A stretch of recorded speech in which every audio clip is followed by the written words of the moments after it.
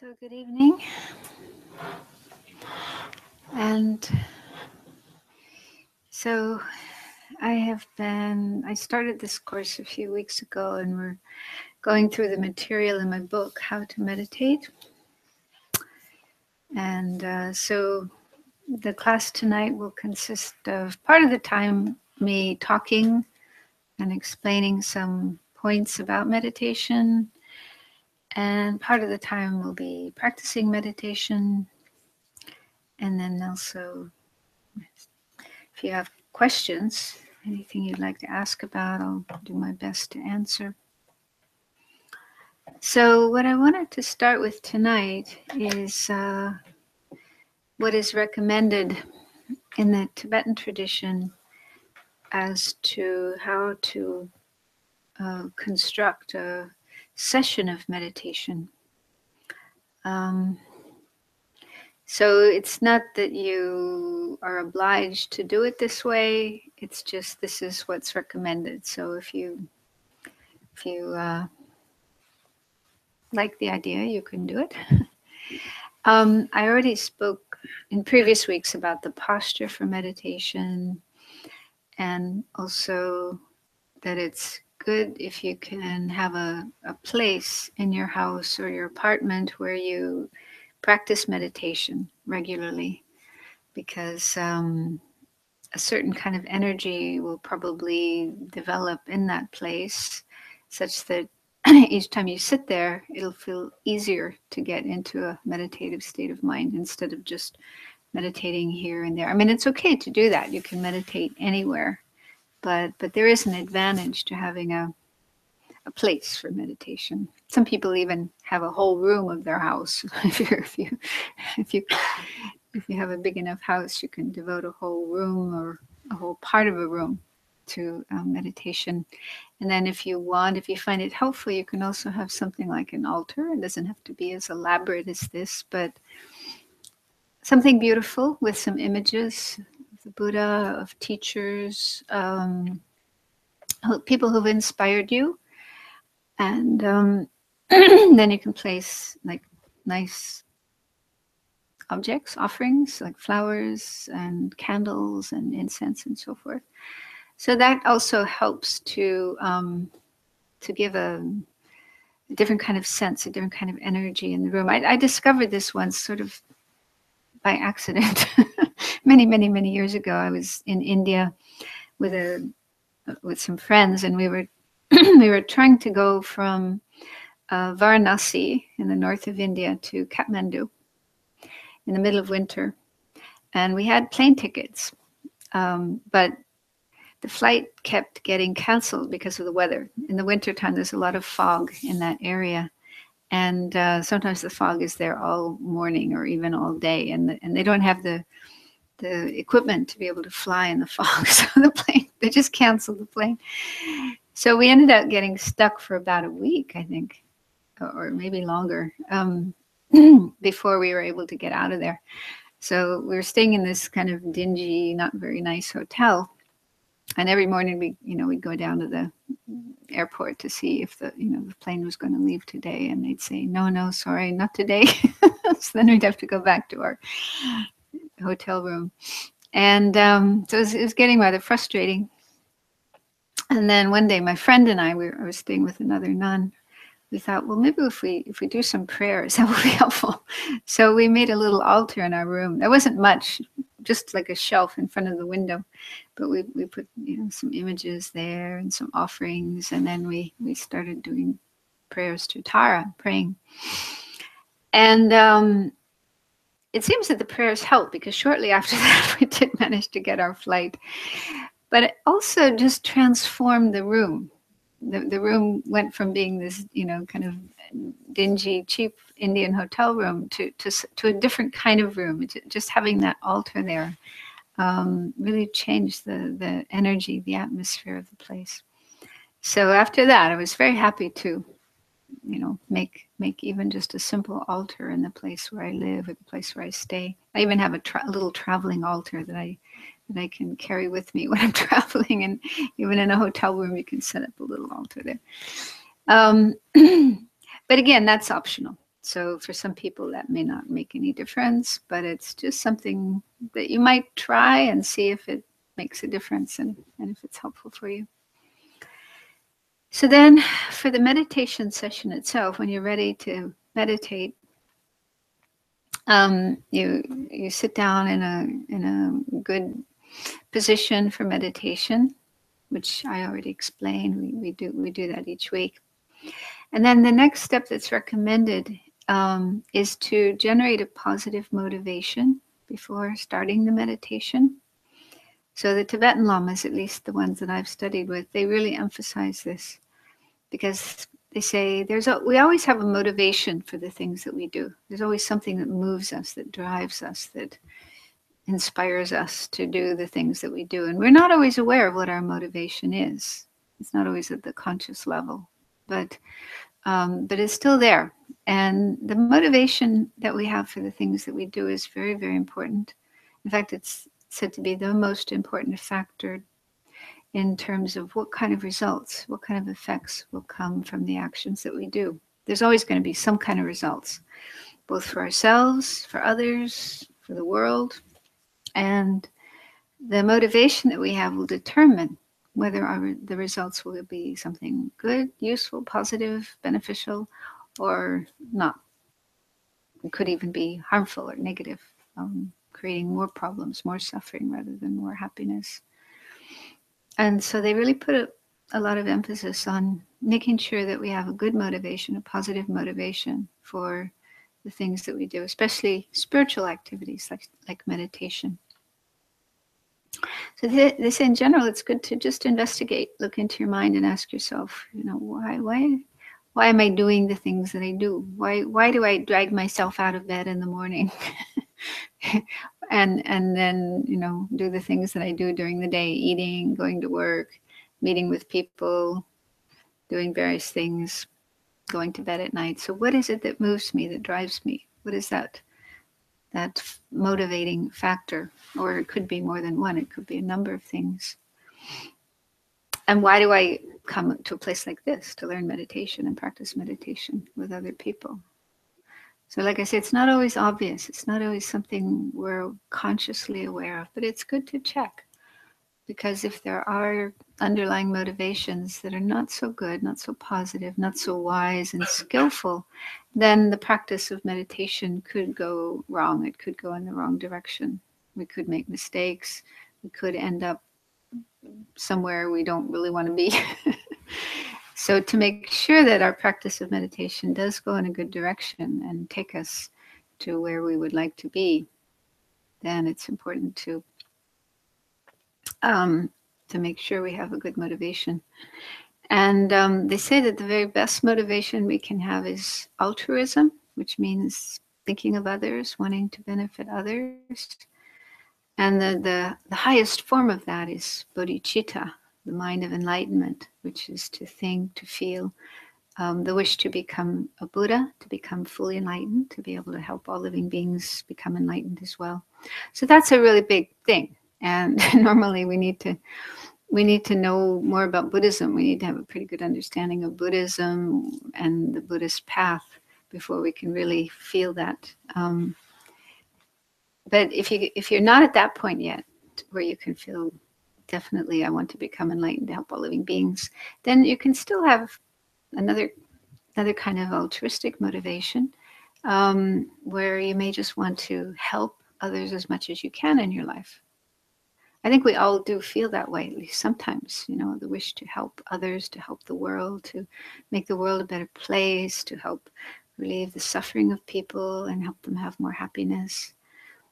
So if you feel that way, if that's something that feels natural and comfortable and right to you, then you can bring that into your mind before you do a practice of meditation and think, what I really want to do with my life is help others, help the world.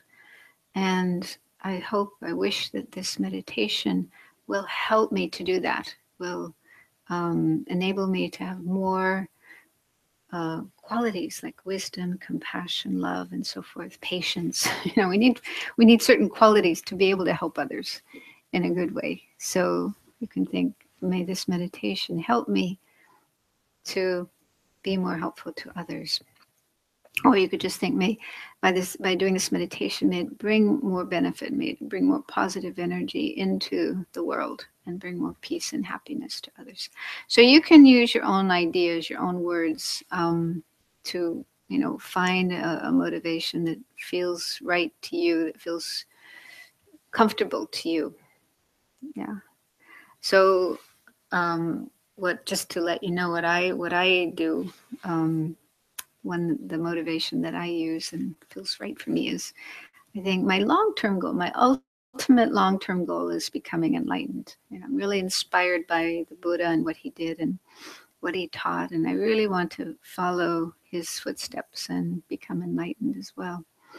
So that's a long-term goal, but that's going to take a long time. So in the meantime, between now and then, I just want to help others as much as I can and not harm others. Lama often says, he says, try to, kind of like advice, practical advice for your life. He says, try to help others as much as you can, and if you can help them, at least try not to harm them. So I think that's kind of a good like bottom line, for a motivation, not just for meditation, but also for life. So I also think that way in the morning when I get up. I want to help others as much as I can, and at least not do anything that's going to harm anybody. It's going to cause suffering to anybody. So that's just what works for me. But you can think about that and try to come up with a motivation that feels right to you. So you can do that once you figured out what your motivation is. Then you just remind yourself of that. It doesn't have to take a long time. You can also use standard, like in some texts they have prayers or verses that might help you. You could just learn that, memorize that, and use that as a motivation if you wish. And then the next step is to do the meditation itself.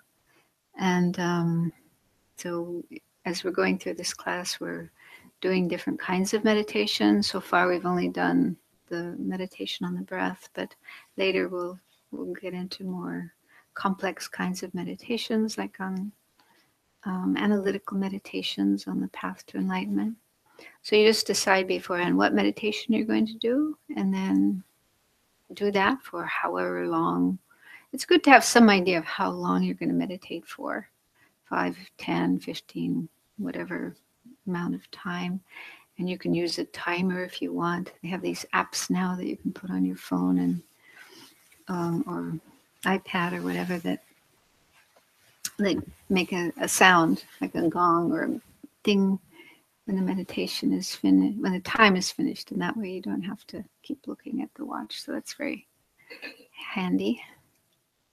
Then at the end, the lamas recommend that we dedicate the merit, the positive energy that we've created. So that's sort of connecting the motivation and the dedication. So in the beginning, we think, I want to do something useful for others, for the world. And then we meditate, and doing meditation with a good motivation means we create some good energy, some positive energy. And then they recommend that at the end, after we finished, that we make a dedication of the positive energy. And again, it's good to dedicate to others instead of wanting to just hang on to that positive energy just for me, all for me. I want to keep it all for myself, but to share it with others. So that again helps us to think of others and strengthen our wish to benefit others, and helps us to decrease selfishness and miserliness and attachment, those kind of tendencies that we may have. So sharing our positive energy with others. And in case anyone worries that by giving away our energy to others, that means we don't have it anymore for ourselves. It doesn't work like that. You see, it actually increases the positive energy. When we dedicate it to others, share it with others, it actually increases it. It makes it more, bigger, greater. So there's no need to worry about losing it, missing out on it for ourselves. It just means that we make it more expansive, incorporate others.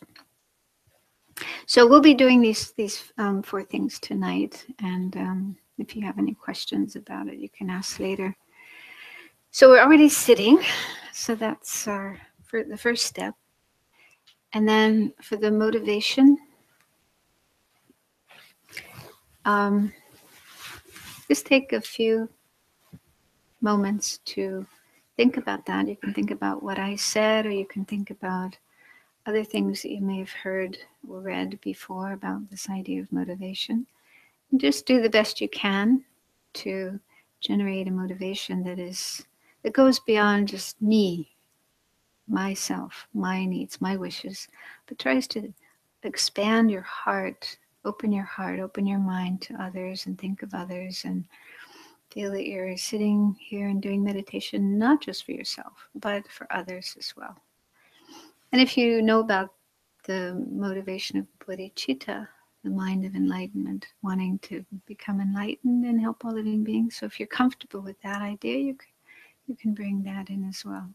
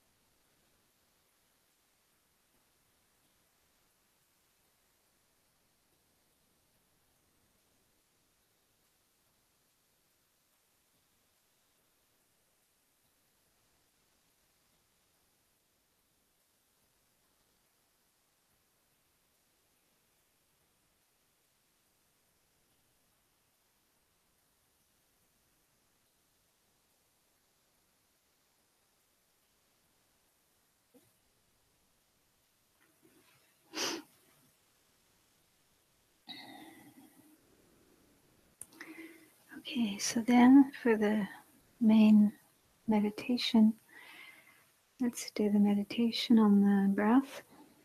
If you have another meditation you wish to do, then you're free to do that. But what I'm going to talk about is meditating on the breath. And so the idea is to use the breath as a kind of focal object, as a kind of anchor, a base that we keep our mind focused on as much as we can, and bring our mind back when it wanders away, which usually happens again and again. So this practice helps to calm down the mind and the body as well. And it also helps us to get a better understanding, a better idea of our mind and what kind of things are going on in our mind, which is very helpful because we do need to look at our mind, to know our mind, to see what kind of thoughts, feelings, emotions, and so on are coming and going in our mind. Because it's our mind that transforms and travels along a path and eventually reaches enlightenment. So we need to know our mind very well, the positive aspects of the mind and the not so positive aspects of the mind, because that's what we have to work with in order to bring our mind to enlightenment. So anyway, the main practice is to be aware of the breath coming in, going out, counting the breath if you wish, if you find that helpful. You can count in rounds of 5 or 10 breaths or more if you wish. But it's not necessary to count. You can also just stay with the breath. And whenever you notice your mind has wandered away to some other object, whether it's a sound or a thought, a memory, a feeling, a sensation in your body. So anything that isn't the breath, anything other than the breath. When you notice that, then you don't have to get upset with yourself or with the thought, but just see it as something impermanent, like a cloud in the sky, coming and going in the sky. So all the thoughts, memories, and other experiences that come into our mind only last a short time and then they go, they pass. So try to just have an objective stance, observing the thoughts and other experiences coming and going in the mind. But try not to get caught up in them, follow them, be distracted by them.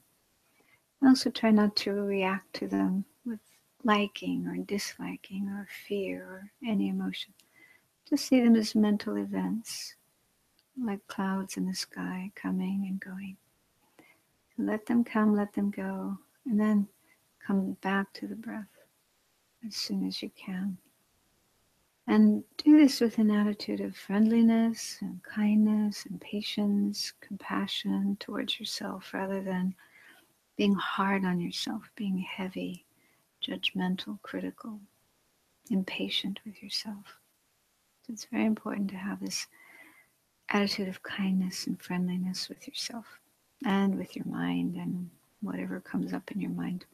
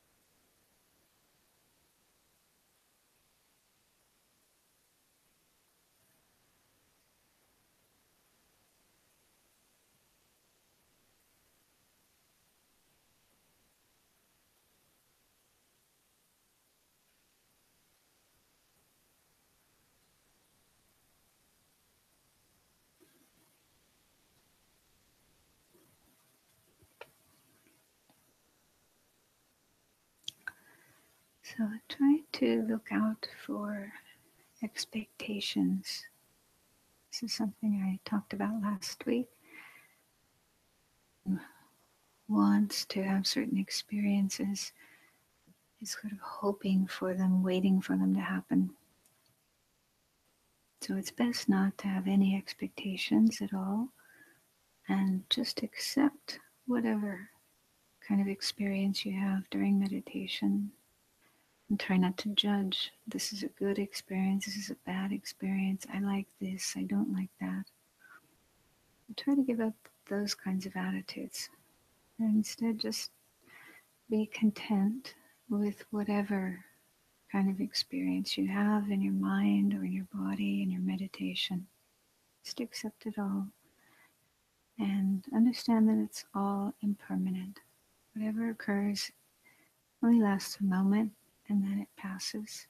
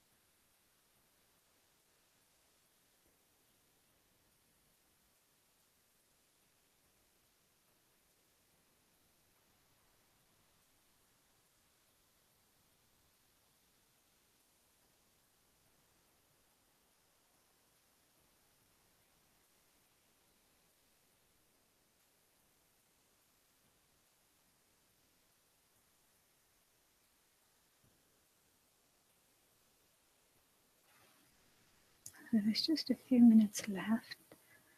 Really try to make these last few minutes as good as you can. Really try to keep the mind focused on the breath. Notice when it wanders away and then gently let go of the other thought, the other object, and bring your awareness back to the breath.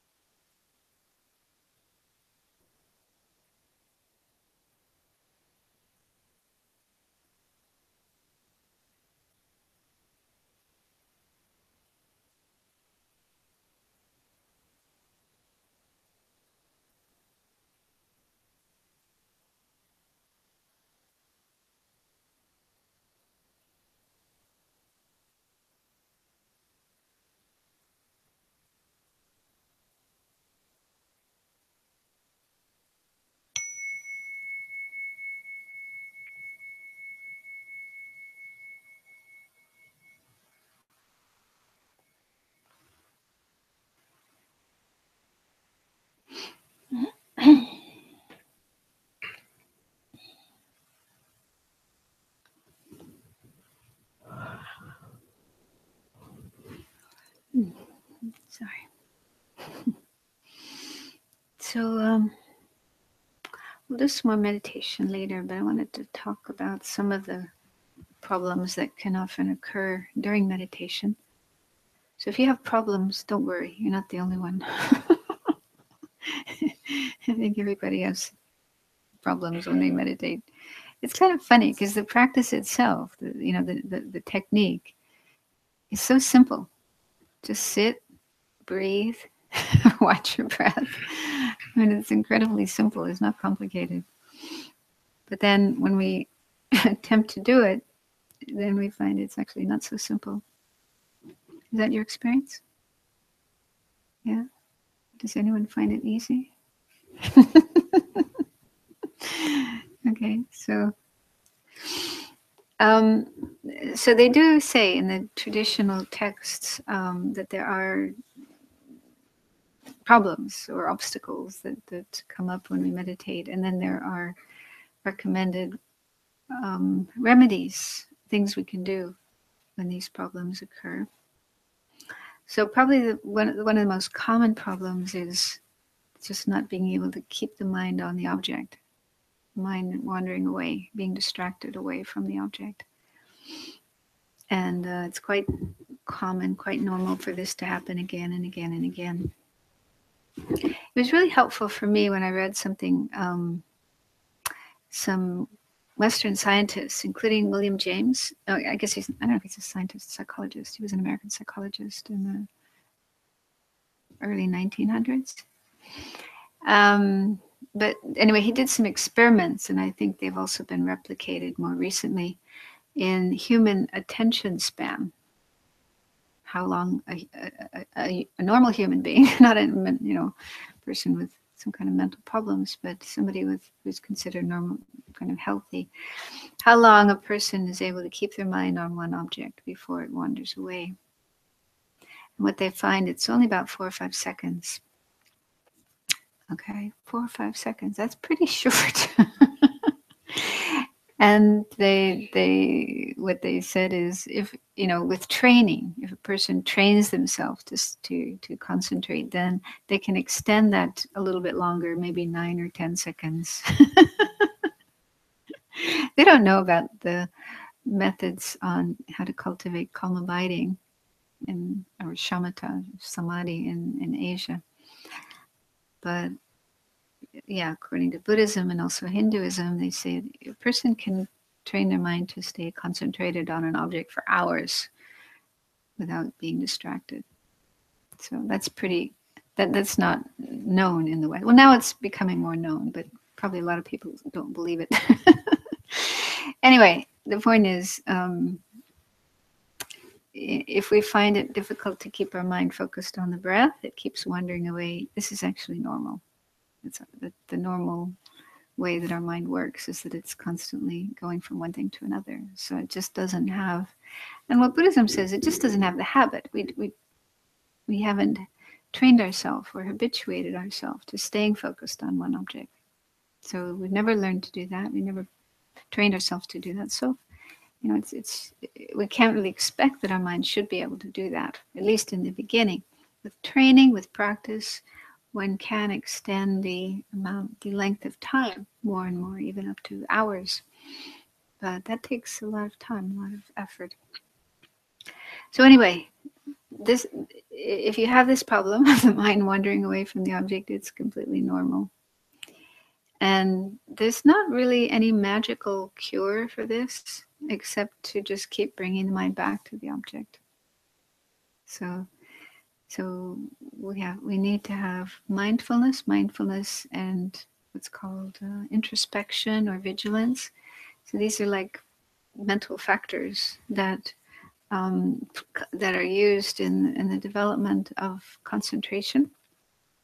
So they watch what the mind is doing, and if the mind has gone off to some other object, or if it's gotten caught up in something kind of unhealthy, like attachment or anger or whatever, then be aware of that. Be aware that the mind has gotten itself into some trouble, and then detach the mind from that other object and bring it back to object of meditation, whether it's the breath or whatever.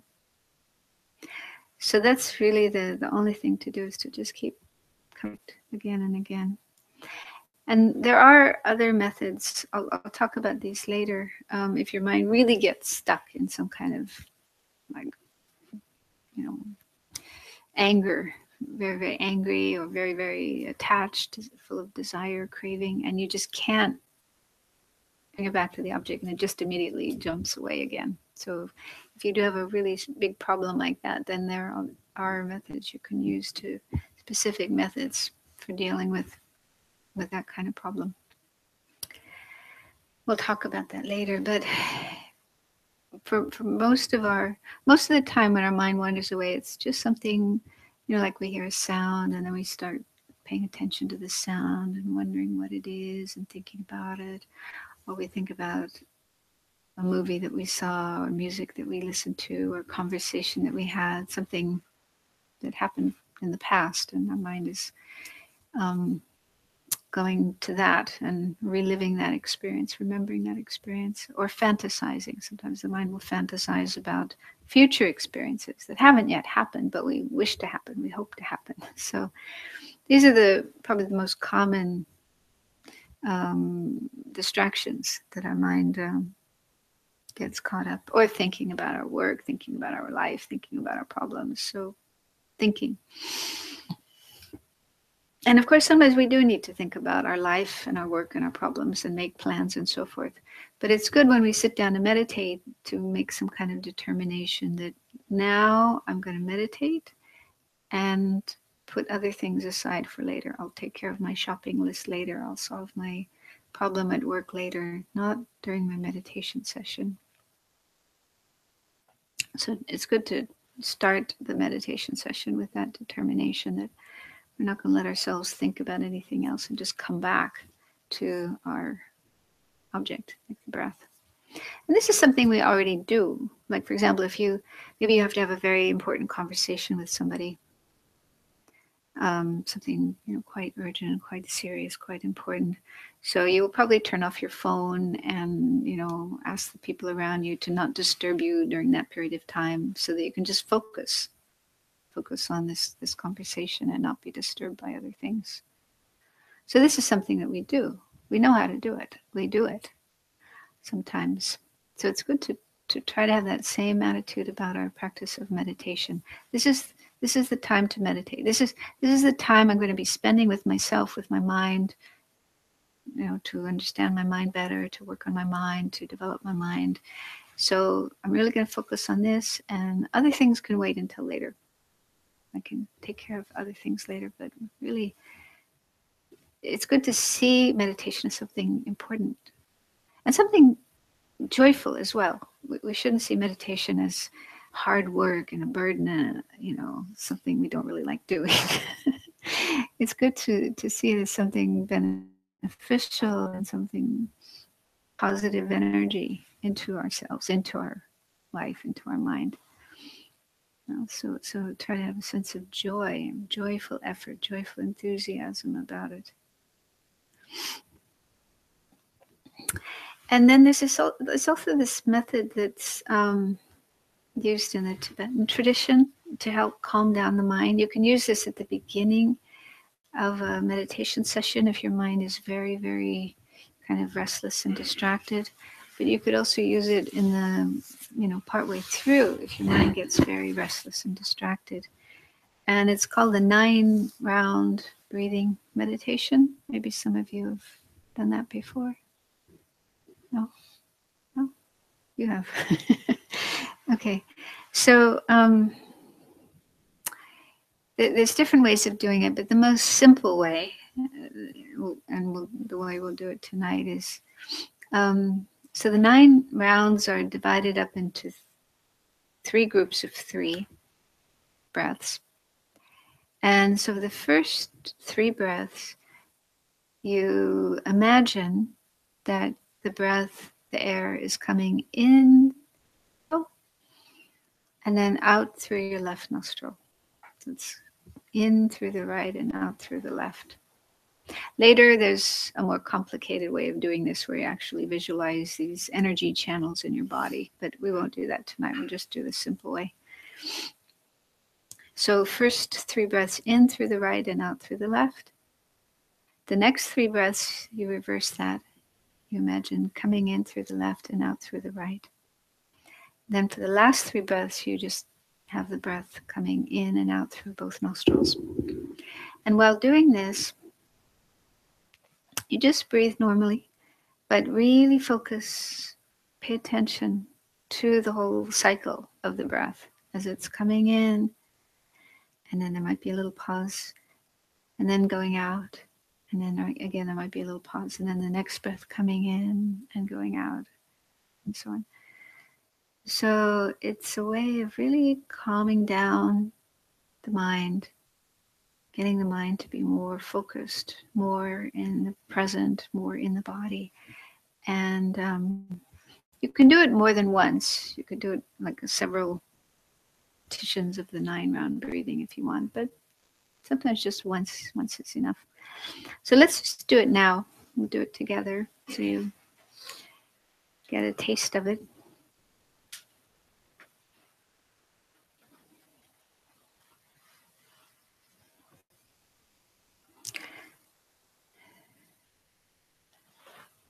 So try to sit up straight.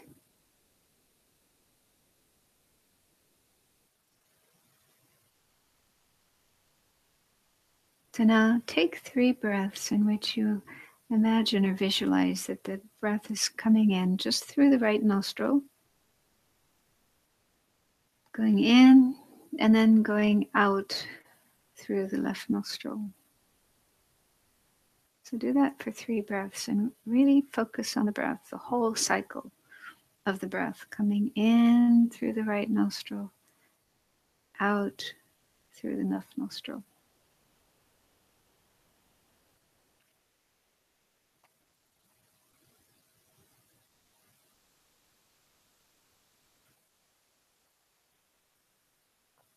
Try to see if you can feel the sensations inside the nostrils as the air, the breath is coming in and then going out.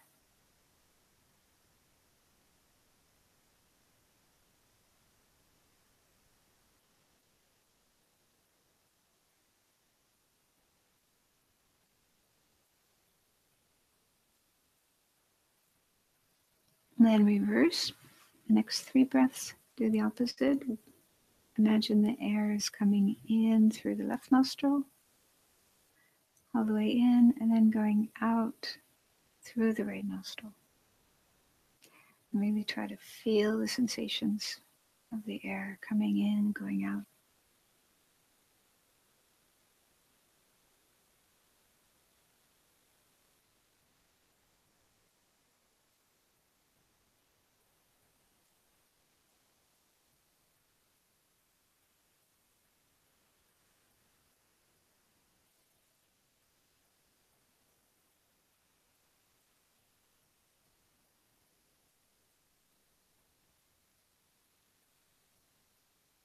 And then the last 3 breaths, just have the breath coming in through both nostrils and out through both nostrils.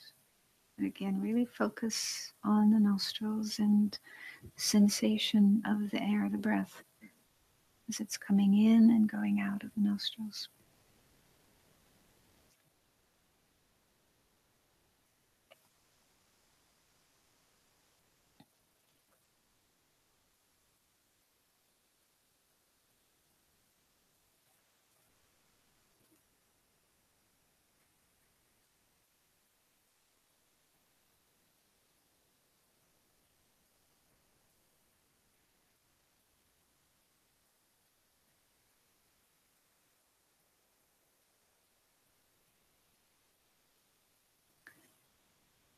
So then do the whole thing one more time on your own, taking as much time as you need to. So again, it's 3 breaths in through the right, out through the left. Then 3 breaths in through the left, out through the right. And then 3 breaths in and out through both.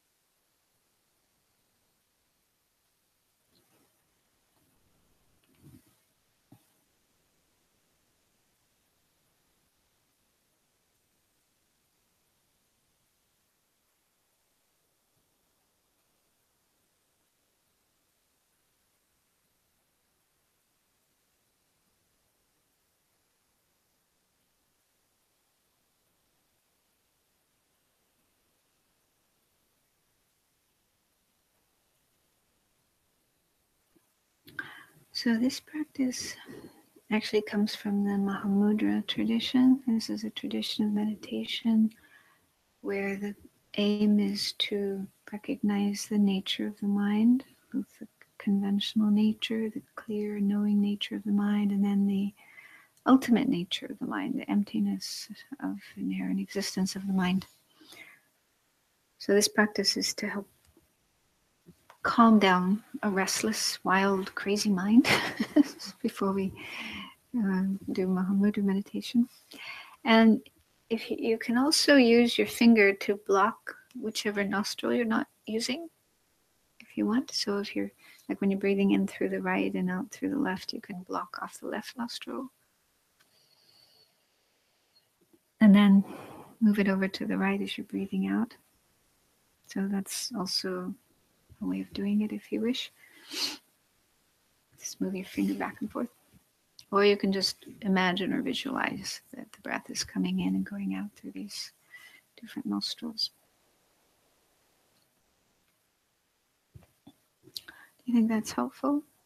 Did you notice any difference?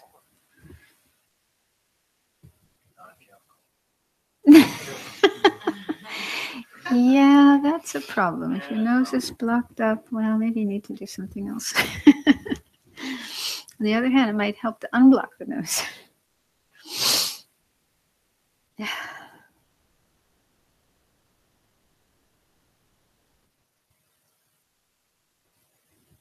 I find it helpful, but I also find it helpful in general sometimes when I sit, just to take some like longer exhalations or long breaths. Yeah. Just let go. It helps me to let go of tension. Yeah. Yeah, actually, the scientists say that taking deep breaths, especially long, slow exhalations, breathing in deeply and then breathing out slowly, it changes our nervous system from the sympathetic to the parasympathetic nervous system, which is the more calm, relaxed nervous system. So it actually does have a physiological effect. So that's, yeah, a little more simple than the 9-round breathing meditation.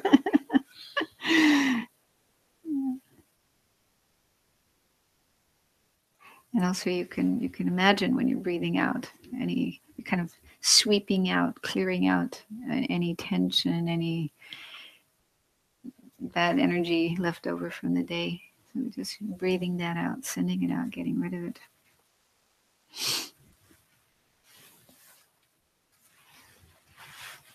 Okay, so how about if we take a break? 10-minute break. And then afterwards we'll do some more meditation.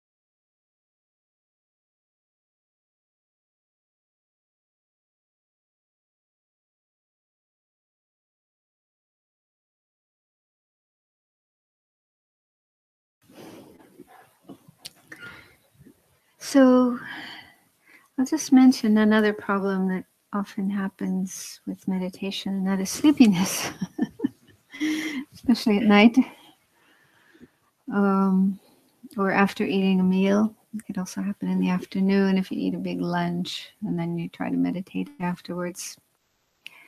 Um, so that's pretty common, and it's recommended that you don't, maybe better not to try to meditate right after a meal, but just have some exercise first, do some, for a walk and do something else for a while, and wait about an hour before trying to meditate. I think it's the same with yoga as well, right? They recommend don't do yoga right after a meal. Um, uh, but even if you haven't just had a big meal, you might become sleepy for other reasons, like if you're just really tired, working too hard, not getting enough sleep. So it's good to, if you do want to have a regular practice of meditation, to try to take care of yourself and make sure that you do get enough sleep and do get enough rest and aren't overworking, overstressing yourself. So try to take care of the causes for the sleepiness if you can.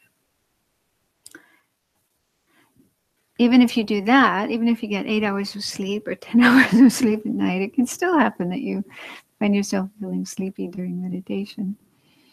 So there are some things you can do to counteract that. One is to make sure you're sitting up straight, because that does help. It helps to bring up the energy, wake up the energy. Because if you're kind of slouching, sitting in a not straight way, then I think it is more likely to become sleepy. And also the eyes, keeping the eyes closed, letting your eyes close can lead to sleepiness. Open a little bit, which is what the Tibetan teachers usually recommend anyway. Don't close the eyes all the way, but leave them open partially. So that way there's some light coming in, can help to wake up your mind. Because there's another problem that's similar to sleepiness. It's called dullness. It's not quite as far as sleepiness. It's more just a sinking. This was happened to me just earlier when we were doing the meditation. The mind kind of sinks and becomes sort of dull. It's like almost asleep, but not quite that far.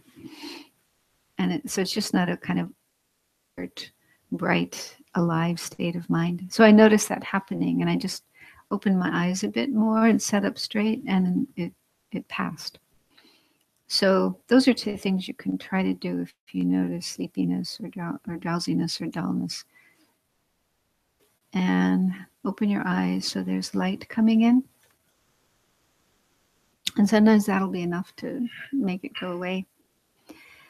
Another thing they say in the Tibetan tradition is visualize light, imagine light.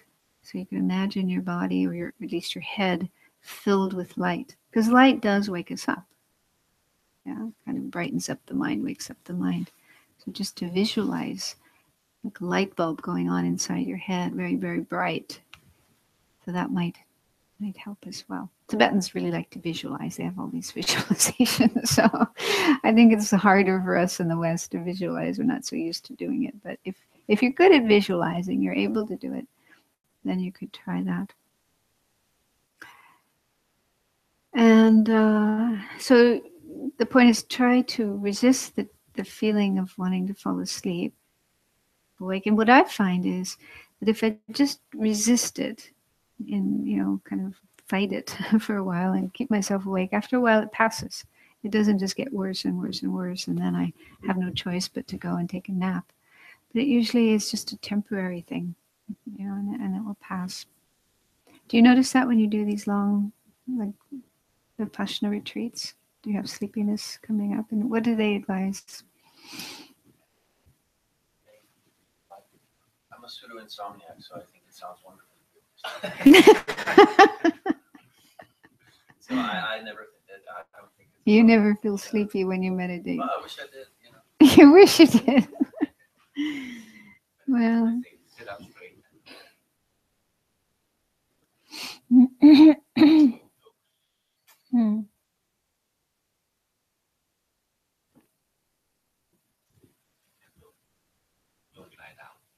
Don't lie down.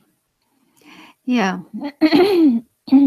Yeah, I prefer to just do my sleeping at night and not during the day. So I don't like the idea of falling asleep in meditation or falling asleep during the day. So I just do whatever I can to keep myself awake, and then usually it passes and I'm okay. Can I ask that there is this sort of state as you talk about this? I don't know if it's not drowsiness, but it is sort of when you get towards kind of like limbo sleep feeling. Sometimes it feels very peaceful. You know, sometimes when I sit and meditate, I'm thinking, oh, this is actually a nice place. Maybe I don't mind being here because everything also seems a bit more quiet in relation Mm. to, you know, the monkey mind. Yeah. So what's your take on that? Well, in the teachings on developing concentration, or what it's called calm abiding in our tradition, shamatha.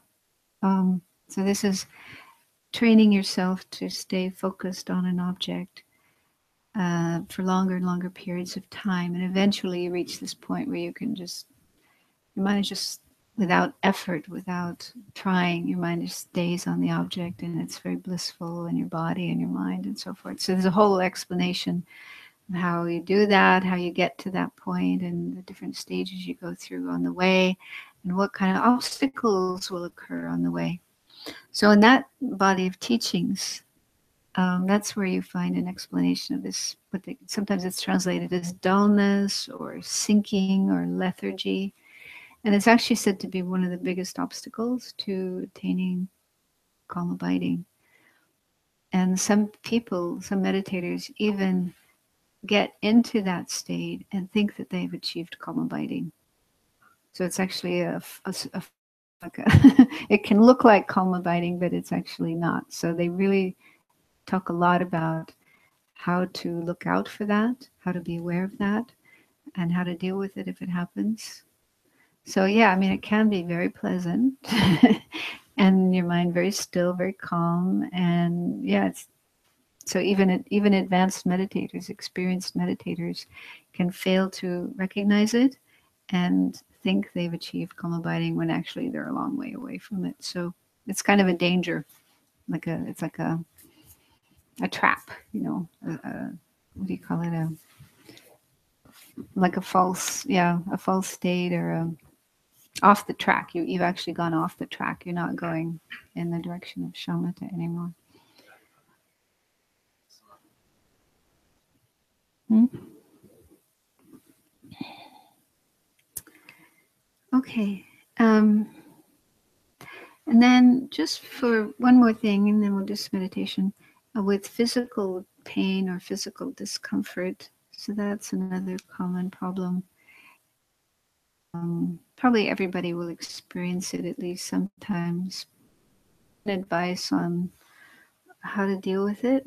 One is just observe it, um, notice it, and try not to follow the impulse to move, change your position, but just keep sitting with it and watching it and observing it. And you can even use it as your meditation object. If your goal is to attain insight into the nature of things, you can even use pain as an object to develop insight. So that's one approach. Another approach is a little more maybe gentle, and that is when you feel some discomfort and you feel this impulse or wish to move, change your position to stop this discomfort, then don't just keep sitting still, and just notice the discomfort, notice the impulse to move, but don't follow it. So do that one time, and then if it happens again, if you have a second feeling of I want to move, I want to change my position and get rid of this unpleasant feeling, again, just notice that, don't follow it. And then if it happens the third time, then you can move. You can change your position. So by doing that, waiting till the third impulse before you actually move, you're learning a bit more discipline, because often our habit is to just move as soon as we feel like it. As soon as our body is saying, this is uncomfortable, I want to get rid of it, I want to move. So just immediately we will move. But then you're going to be moving a lot during meditation. And when our body is moving, it also moves the mind. So it's harder to have a still state of mind. To not follow every single impulse to move, but just try to sit with a little bit longer. And it might just go away. If you just observe it and let it go, it might just go away and you won't need to move. But if it does come back a second time and then a third time, so for the third time, you can follow it. And so this is what some teachers recommend, and it's something you might try, to be able to. It's kind of a compromise between moving constantly and not moving at all. Right? So thinking, I'm not going to move at all, no matter, even if it's total agony, unbearable agony, I'm not going to move. I'm just going to sit with it. So some people might be able to do that, but that might be too hard for some people. In between, a middle way. And it's also a way to learn more about yourself and about your mind and about your experiences. Does that make sense? So let's do some more meditation and try to incorporate what I talked about.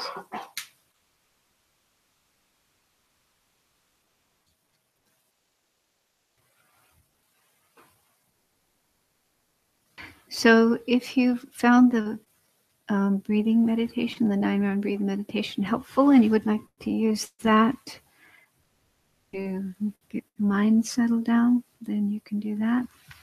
Or just the deep breathing, as Thomas talked about. Long, deep breaths, imagining. Huh? Yeah. You said last time you talked about the position. Uh-huh. All these kind of different ways to have your hands and what is that? Yeah, in this tradition, the Tibetan Galupa tradition, although they say it actually comes from Marpa, who's a Kargya master. So it's sitting with your back straight and your shoulders relaxed, and then placing the hands in the lap with the right on top of the left, palms facing upwards and the thumbs touching like this. And then having that, well, I mean, they say ideally you have your legs in the full lotus position. If you can. If you can't, and if you do have your legs in the full lotus position, that means your feet are actually going to be kind of up high, and then your hands will be resting on top of your feet, so they're a little bit high. But if you're not sitting in full lotus, that means your hands are kind of dropped down a little bit. And what I find is if I'm doing a lot of meditation, it can be comfortable to put maybe a rolled up towel on your lap so that your hands have a little cushion to rest on. So they're sort of at the level, around the level of the abdomen rather than too far down, because otherwise that can make your arms ache a bit. Yeah, try a cushion. There's plenty of cushions.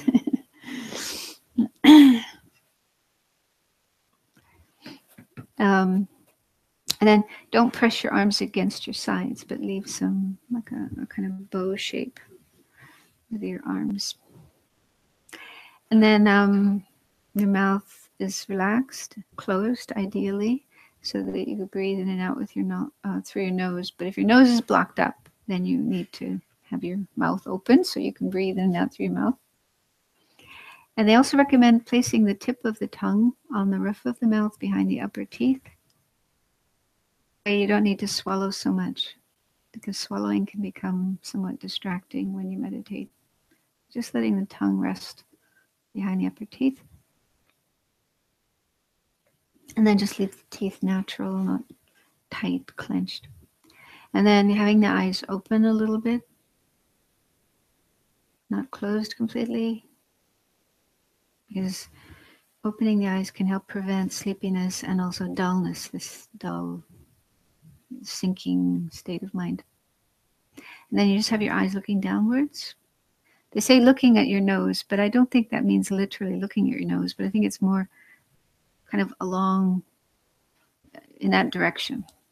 But actually more like looking down on your lap or on the floor in front of you. So that's the recommended posture.